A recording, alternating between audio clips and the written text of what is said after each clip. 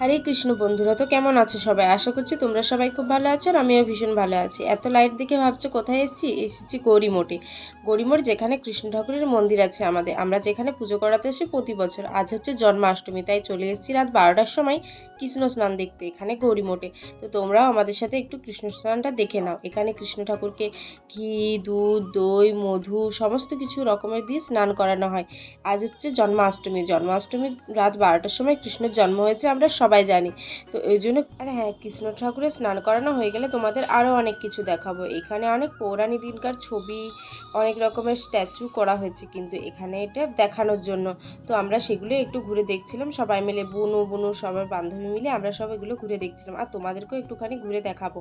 আর হ্যাঁ, এই ভিডিওটা আমি এই প্রথমেরটুকু করলেও শেষেরটুকু কিন্তু আমি করিনি, কারণ এই শেষেরটুকু দুই একটা বুনু আমাকে এই ভিডিওগুলো করে দিয়েছে, স্ক্রিপ্টগুলো। আমি হয়তো কৃষ্ণ স্নানটা দেখছিলাম তাই, কারণ কৃষ্ণ স্নানটা না হলে দেখা হতো না। আর এদিকে দেখো ঝুলন মেলার মতো কি সুন্দর রাধাকৃষ্ণকে দোল খাওয়ানো হচ্ছে। এখানটা কিন্তু খুব সুন্দর দেখতে লাগে, রাধাকৃষ্ণ বসে আছে চারিদিকে ফুল দিয়ে খুব সুন্দরভাবে সাজানো। তো দেখো সবাই ভিডিও করছে। আর এখানে আমাদের এটা কিন্তু প্রতি বছরের জন্য করা হয়, আর আমরা প্রতি বছর এসে রাধাকৃষ্ণকে দোল দিই।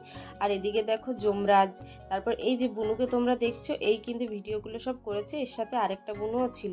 দেখো খুব সুন্দর স্ট্যাচুগুলো করেছে যমরাজ, তারপরে তো মা দুর্গা, লক্ষ্মী, সব রকমের স্ট্যাচু এখানে করেছে। আর এখানে না অনেক কিছু সেই বিষয়ে লেখাও আছে, কিন্তু সেগুলো তো আমার তোলা হয়নি।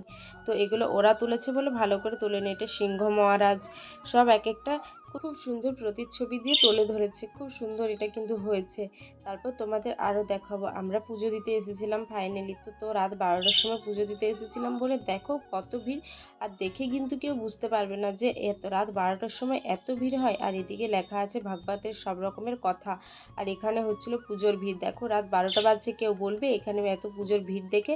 আর এখানে ছিল ছোট ছোট খুব সুন্দর সুন্দর গোপাল। দেখো সবাই কি সুন্দর গোপাল সাজিয়ে নিয়ে এসেছে বাচ্চাদেরকে, আমার তো ভারী সুন্দর লাগছিল। আর এখানে আরও একটা নারুগোপালের খোঁজ পেয়েছি, চলো সেটাও তোমাদেরকে দেখাবো। তার আগে বলো ভিডিওটা কেমন লাগলো। ভিডিওটা ভালো লাগলে লাইক কমেন্ট শেয়ার করে দিও। চলো, তো এই দেখো সেই নারুগোপাল, এই কিন্তু ভীষণ ফুটফুটে আর আমার দিকে সবসময়ের জন্য তাকিয়েছিল।